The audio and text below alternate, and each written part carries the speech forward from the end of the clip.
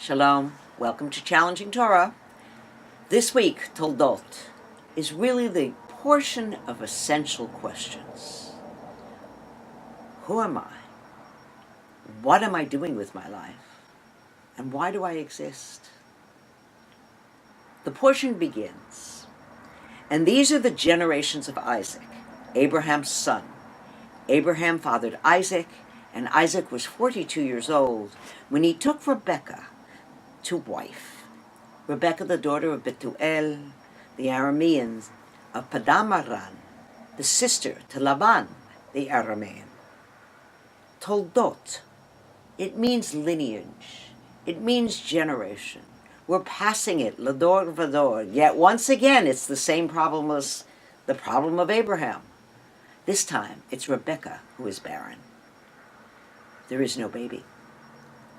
And so it appears that this was taken from this morning, I swear. This morning's New York Times has a headline that reads, "Uterus transplants may now be available to women in the U.S. who are coping with infertility." It's 2015. We're still trying to solve the problem of infertility, because without God's blessing, it's just very hard to have a baby. And so Isaac prayed to the Lord for his wife because she was barren, and the Lord granted his prayer. And Rebekah, his wife, conceived, and the children struggled together within inside her, and she said, "If it be so, why do I live? Im ken, lama ze anochi?" That's the key essential question, isn't it? It's Job's question. It's Rebekah's question. Rarely do we hear it asked out loud. Why, if life is filled with so much struggle and so much suffering, do I bother to do this at all? What do you want from me, God? Im ken, lama ze anochi?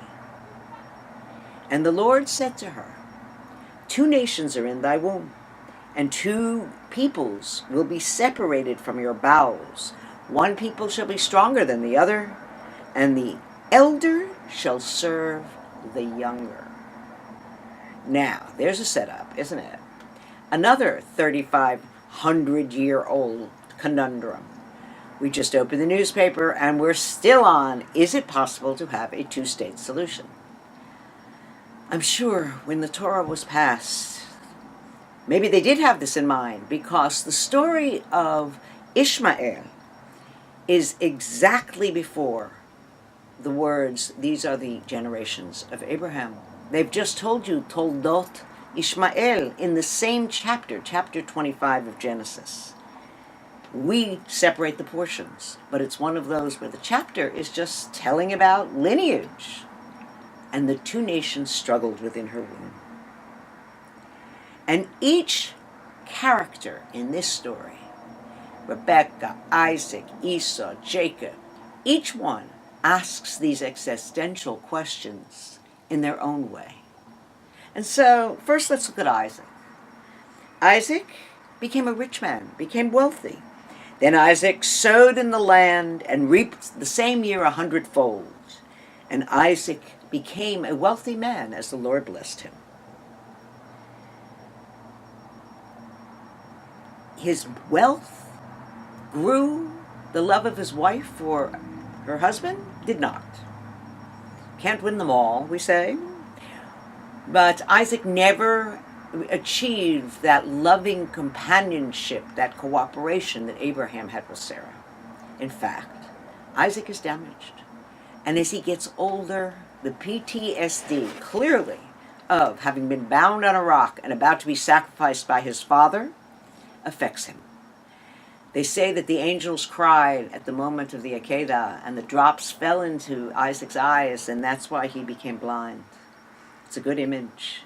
He became blind. He's the weakest of the three patriarchs. He's almost the one who just passes the ball forward. We concentrate on Abraham. We have many chapters about Jacob. This is Isaac's only moment.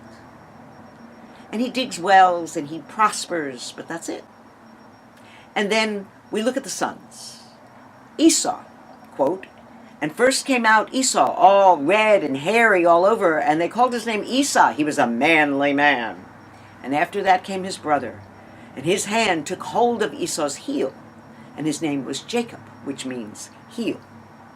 When the existential questions are posed to Esau, can I have your birthright for this bowl of beans? Esau's answer is a very simple one. Whatever. He doesn't want to be concerned with these questions at all. In fact, he says, what difference does it make if I'm about to die? And we always take it as an exaggeration.